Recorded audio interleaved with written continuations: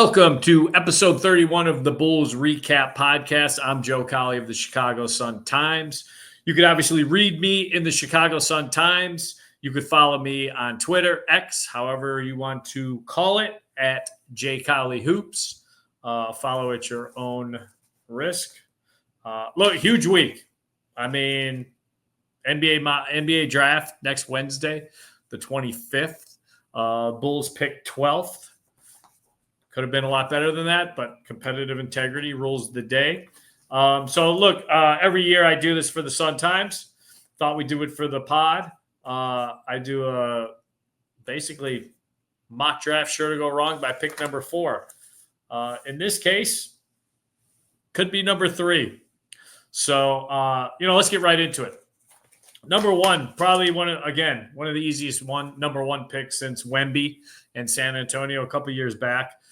Dallas Mavericks, who basically defied the odds. 1.8%, I believe, was the odds for them to jump from number 11, thanks to a winning coin toss and defeating the Bulls for that spot, keeping the Bulls at 12.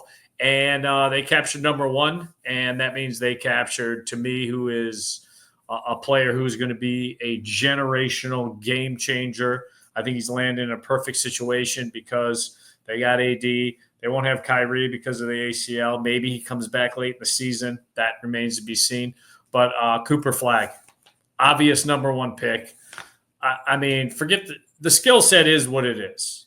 I think he ended up measuring like 6'8", 6'9", somewhere in there, barefoot. The skill set is what it is. It's the mindset. That's what scouts and teams have talked about. And look, I talked to one executive who told me last week, a couple weeks ago, there's not 5 NBA players. There's all but 5 NBA players you would trade for this kid. We didn't go the details of those 5 players, but I mean, he's just can't miss as it comes. Even more so than Wemby, because I think there were health concerns about Wemby. So congrats to Dallas. I think they have the new face of the NBA coming their way. Cooper Flagg goes number 1, no-brainer. Number 2, no-brainer again. Dylan Harper, San Antonio, yes, it's the guard room's a little crowded, but that's fine. Dylan Harper can play either guard spot out of Rutgers. And another ball handler that will help Wemby develop and get Wemby the ball. I don't see San Antonio's a rumor for whether it's a Giannis trade or anything. I don't see a Giannis trade getting together in less than a week. And I don't even know if there's going to be a Giannis trade. Lots of times that's just drama, off-season NBA drama. Number 3, Philadelphia has the first real kind of here's where we start the draft decision. I think I've got them going with VJ Edgecombe from Baylor. I love the kid. I think he's explosive. I think he's a guy you don't have to give him the ball, so I think he'll play well off of Maxey and Embiid. I think he's just I want to defend you. I want to stop you. I want to get steals. I want to get in the open court, and I want to explode. I mean, this guy he has some Ant to him as far as his explosion at the rim. He's not as big as Ant, as powerful as Ant, but he has that kind of explosion. Who should be number 3? We'll get into him a couple times, but Ace Bailey, congrats to you, guy. You are doing a lesson, a textbook lesson of how to kill your draft stock each day. The latest news with Arias Ace Bailey is he decided to cancel his visit to Philadelphia, who has the number 3 pick, who probably would have liked a 6'10" guy who has a high floor scoring ability. He's kind of more headache right now than prospect. Disappointing, but we'll get to this later. Let's keep the intrigue going with Ace Bailey. Number 4, I think this guy, his stock is skyrocketing. Con Knipple out of Duke. People that worked him out have found out he's a lot better athlete than they thought. Sniper, 3-point shooter, which obviously fits perfectly in today's game. Smart IQ, hard-nosed player. I think Con Knipple is going to really surprise some teams and continue this jump up. That's why I have him going 4, the Charlotte Hornets. 5, Trey Johnson. He could go number 4. I mean, pure scorer. He's got kind of a Tyler Hero game to him, a little thicker, but I mean, could score from anywhere like Hero could right out of college, and Trey Johnson kind of fits that mode out of Texas. He's just kind of a plug and fit play that would fit great in Utah with Danny Ainge. So I have him going 5th. If he went 4th, I would not be shocked. I think Knipple and Trey Johnson are kind of interchangeable depending on what a team likes and the workouts. Washington Wizards, Ace Bailey. Let's get back to you. I've got the Wizards taking Bailey. Why? Well, because of the Wizards, and they love dysfunction. And this guy, the ceiling is ridiculously high. It's not Cooper Flag high, but he could end up being the second best player in this draft class. He could also end up being a bust. That's the concern with him. But here's where it gets interesting. If the Wizards are at 6 and Bailey's sitting there and they decide we don't know what we want to do with him, is that the spot that the Bulls could get aggressive and try and trade up for either future assets and a player? Or, I mean, does Washington get nervous enough where they trade back and say, you know what, we don't see a big divide between 6 and 12? I don't think that's going to happen because, in the people I've talked to, there is a tier of about number 6 to number 10.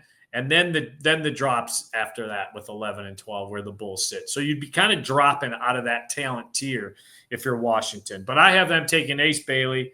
Why not? It's a circus. Why not get a ringleader? 7, New Orleans Pelican, Jeremiah Fears out of Oklahoma, another guy whose stock is going up. New Orleans is kind of the big mystery right now because it's a new front office. So there's not a lot of intel coming out. Could they go after Common Malawash? Sure. Could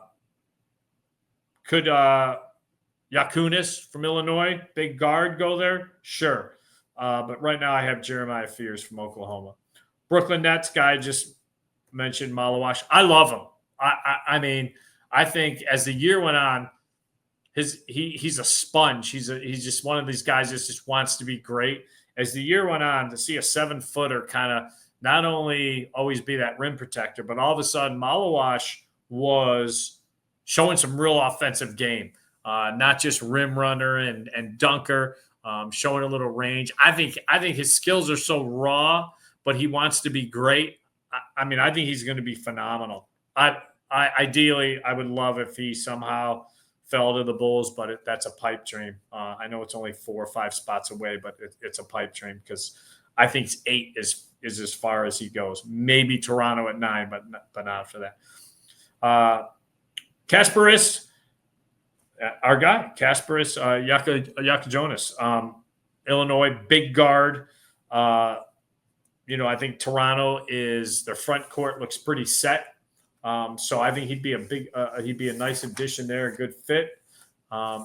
Again, a player who's climbing not as quickly as Knipple and guys like that. But Houston Rockets are at number 10. This is a guy that's on the Bulls' radar. Colin Murray Boyles out of South Carolina, by far the best defensive player in this draft. Wing defender, elite wing defender.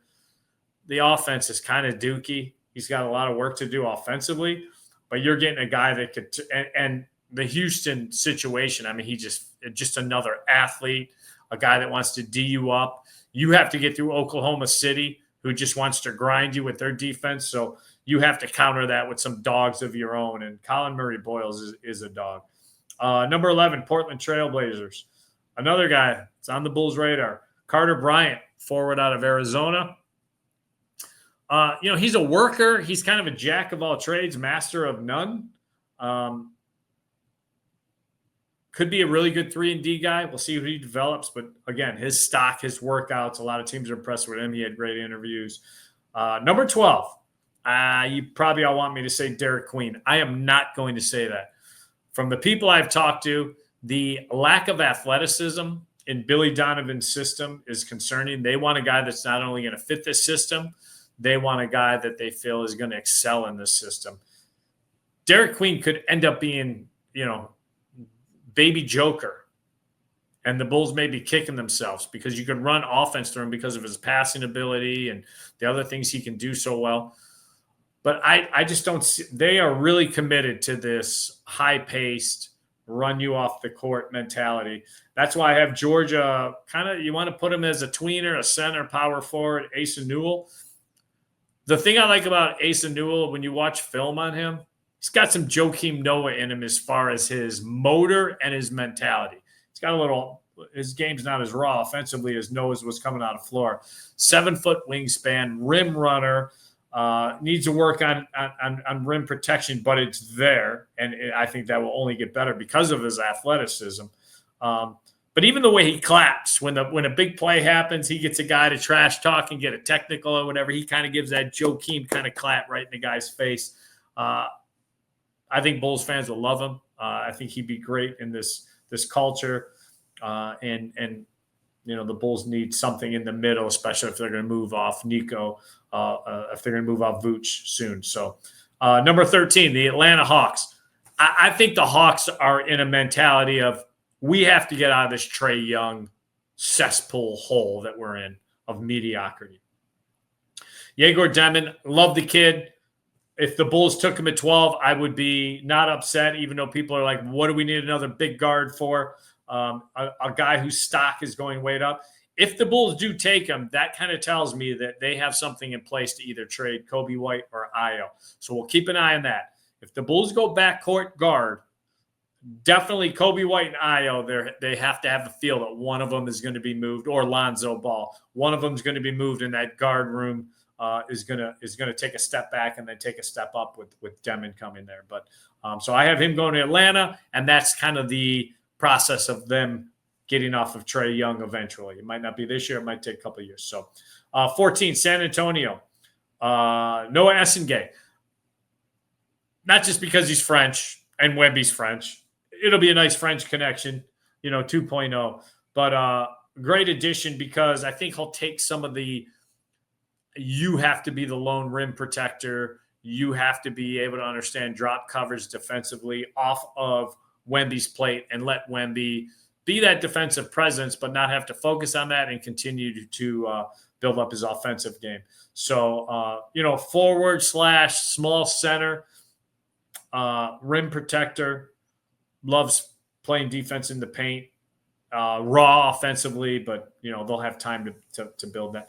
Oklahoma City, the rich get richer. Cedric Coward, Washington State.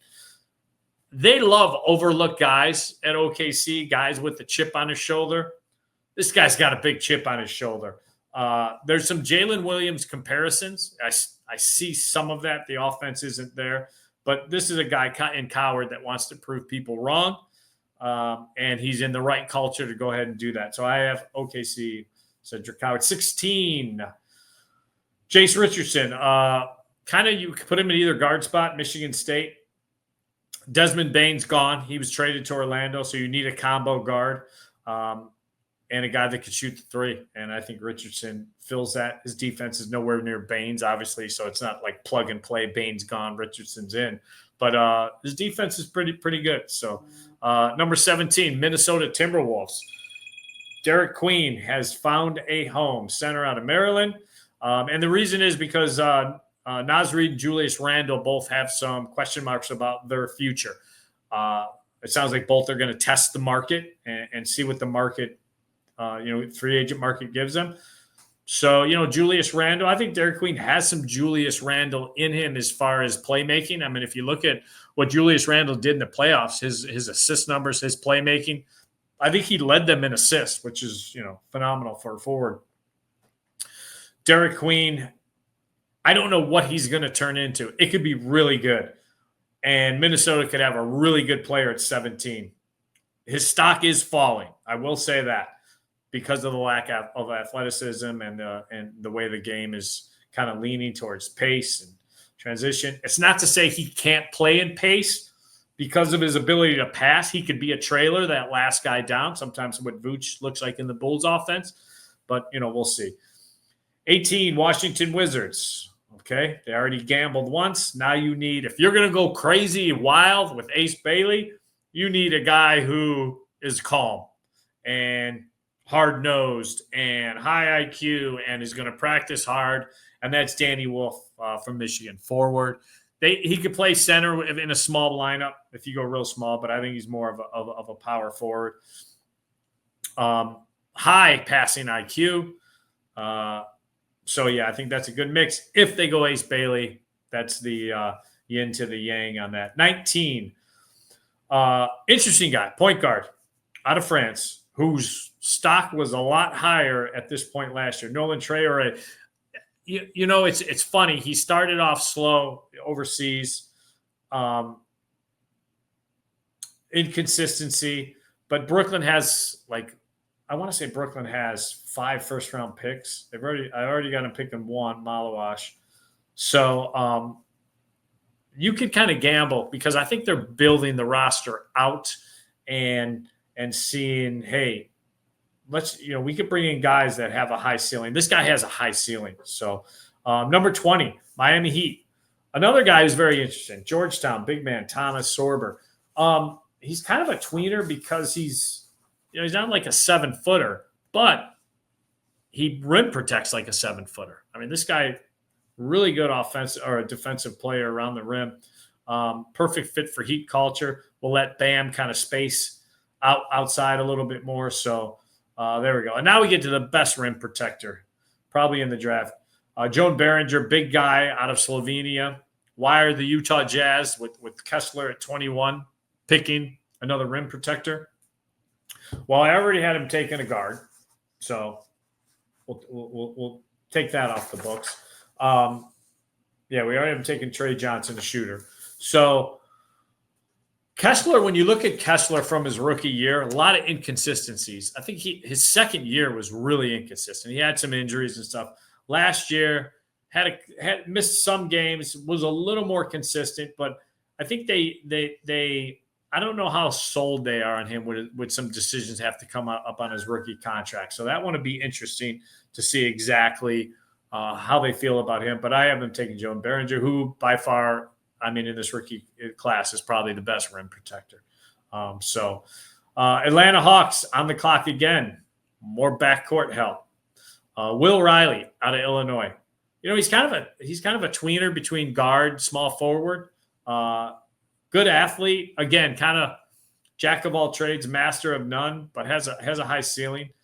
Needs to improve his defense, especially Hawks need defense because they can't really defend very well. That brings us to 23, New Orleans Pelicans. Liam McNeely. Again, I think the Pelicans are really trying to – this was the trade in the other day with the Pacers. Pacers just needed to make a trade and move a pick for financial reasons.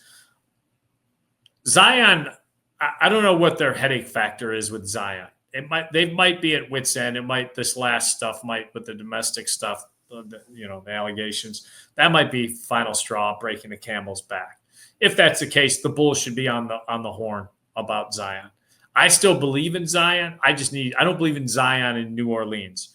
If they are going to keep him, they need somebody with a better mindset from a winning culture and to help this kind of culture change that's going on. Liam McNeely is that guy, guard forward, good shooter, but, again, he's going to be hard-nosed. He's going to push you in practice, and I think that's what they need. 24, Oklahoma City Thunder. Yes, they have another pick. Hugo Gonzalez. Last year at this time, it was Cooper Flagg, number 1, Ace Bailey, 2, Hugo Gonzalez was number 3. Out of Real Madrid, Spanish player. Big slides this year, inconsistency. And here's the thing. He doesn't even know if he wants to come over and play. So for Oklahoma City, who has a loaded roster and has to make some decisions of contract extensions of their own possibly, Hugo Gonzalez could be a draft and stash. They could stash him for another year, have rights to him for next season, see what he does, and let him kind of percolate and see if he could get the hype back to what he was at this point last year. He's an interesting prospect. Guard, big guard, small forward. We'll see. Keep an eye on that. 25, Orlando Magic. Maxime Reynaud out of Stanford. Stretch the floor guy that they haven't had at center since Vooch. Big guy. I think he's close to 7 foot or measured close to 7 foot, but he can shoot the three. And so the Magic haven't had that, and they need help shooting from the outside. They might be, I think they're last in attempts in three-point shooting. 26, Brooklyn Nets, back at it again. They've got back-to-back picks, 26, 27, so I'll hit both of them. Nick Clifford out of Colorado State, physical guard, wants to beat you up, did a lot for the Rams, rebounds, offensive rebounder. He's just that dude, just plays hard.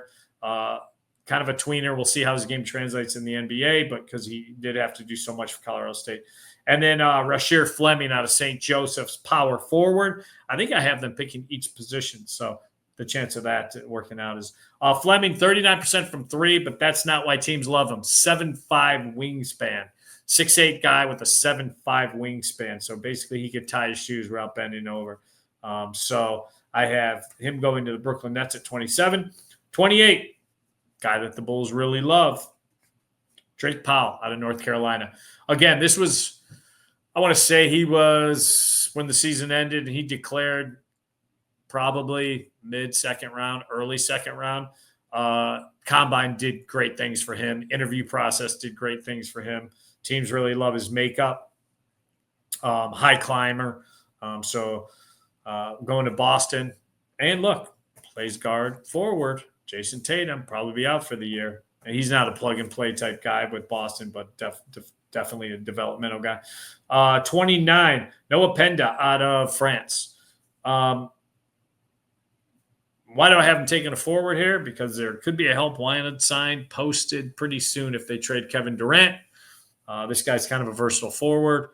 Pretty good three-point shooter. Needs to work on a lot of stuff, but I have them trading Durant, and there's your replacement down the line. And finally, number 30, Los Angeles Clippers. They're in salary cap hell, so they need a rookie to come in and do some things for them. To me, this dude, I hate to even put him at 30. I think he could be higher. Walter Clayton Jr., I don't know what he's going to be in the NBA, but I know he's just a winner. And I know he's got onions, the size of an elephant, because this dude has no fear in the clutch moments. That's just his DNA. So he goes to the Clippers at number 30. And that's it. That's the mock draft sure to go wrong by pick number 4, possibly number 3, thanks to you, Ace Bailey. You crazy bastard, you. All right, let's go to Collie Island. We'll go to the rant. I think we'll do that. There it is. It's not my story to tell, but I will say this. I talked about this a couple weeks ago. Bulls fan base, you can finally feel a little bit better today knowing your front office is nowhere near the scumbaggery dysfunction of the New York Knicks. Hopefully the New York media has not gotten this story 100% accurate or even close to it. Was it Dolan? Was it Leon Rose? Was it the players? At the end of the day, who cares? Because what you had was a current change, and then the rats scurry in the direction of that current. And if that meant backstabbing a guy who did so much for you in Tom Thibodeau, that's on you. You sleep with that at night. So Bulls fans, I'm here to tell you, as hard as I've been on Arturas Karnisovas the last couple of years and the front office, there's 2 things I can say about AK. Loyalty, he understands it, he appreciates it, he lives by it. His loyalty to his coach and keeping the conversations open with Billy Donovan are huge and important, and that's why, as I reported in the Sun-Times, Karnisovas has already been extended. That happened months ago. Mark Eversley, the general manager, was extended, and Billy Donovan's about to be extended. So they're keeping the crew together, like it or not. But so you could say Arturas is loyal compared to the scumbags in New York. And I will say that he's transparent with the important people around him. If he doesn't deem you important in the front office, it feels like a dictatorship. He's not ownership feels like this. I'm just going to kiss ass up to ownership and pretend that even though I feel like this, I'm going to go their way. So a lot of scumbaggery in New York, And I can at least say the Bulls front office is nowhere near the dumpster trash fire that's going on in New York right now. And so then let's get to the list. These are the top 5 buyer beware draft picks. And I'll start from 5 and we'll go down to number 1. Number 1 is going to be kind of obvious. Number 5, Derek Queen. I already talked about him. Derek, I love you. I think you do some great things. I just don't know if you're going to get up and down the court like I need you to, especially if the Bulls take you. Now, maybe they see the fact that he can get in shape and be that trailer in the offense when they're running, but I don't know. I just think they really and other teams are feeling this way. Derek Queen, I think, could drop. Guy talked about earlier, and again, it's no fault of his own. Nolan Treyway. Again, it's hard to say this was the film he put up in Europe and we didn't love it. So, but this was a guy who was a top 10, a top 5 possibly pick at this time last year, along with number 3, Hugo Gonzalez. Hugo Gonzalez was the it boy last year. Took some steps back. Don't even know if he's coming over. So like I said earlier, he could be a stash. We might have to wait another year for him to get him.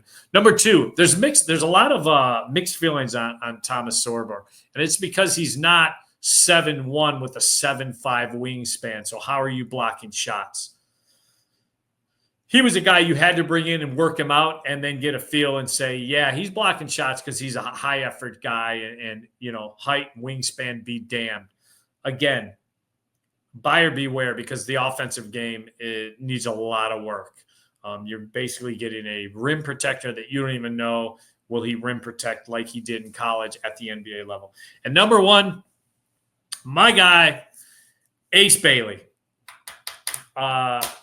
who is writing the book, the basketball book for dummies of how to not get yourself drafted in the top 3.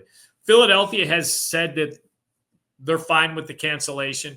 They don't need to see him. I think they drafted Maxey without seeing him. Maxey was surprised because Philadelphia hadn't even been mentioned. So I know that's out there. But when you cancel and you make it public, and that was maybe the destination place at number 3, that sends a message. And there's been more and more messages sent. This is not the first trip he's canceled. He's canceled several teams. He has not worked out for anyone. So he basically is saying, here's my Rutger tape, which is underwhelming at times and had some low effort moments. Take it or leave it. Here's my high school tape where he was more of a he was playing a lot of guard and a lot of point guard at that height, which was why people got so excited about him in the first place, because you have a 6'9", 6'10" guy running the point in high school and dominating. And then he goes to Rutgers, and it's like you had Dylan Harper and you had Ace Bailey, and you were a very underwhelming team in the Big Ten. So does that go to his mentality of low effort? And I don't know. I mean, it's a buyer beware at 3, but if number 8, number 9, and Bailey's there, and the Bulls get that itch, need to scratch it, make that phone call. I mean, if the Bulls are in, hey, we got to swing for the fences, and this is a swing for the fence guy, you are hitting or missing badly with Ace Bailey. So that's it. A lot of draft talk. Hopefully things will kind of surface more as we get closer to it next Wednesday, June 25th. But until then, I've got next.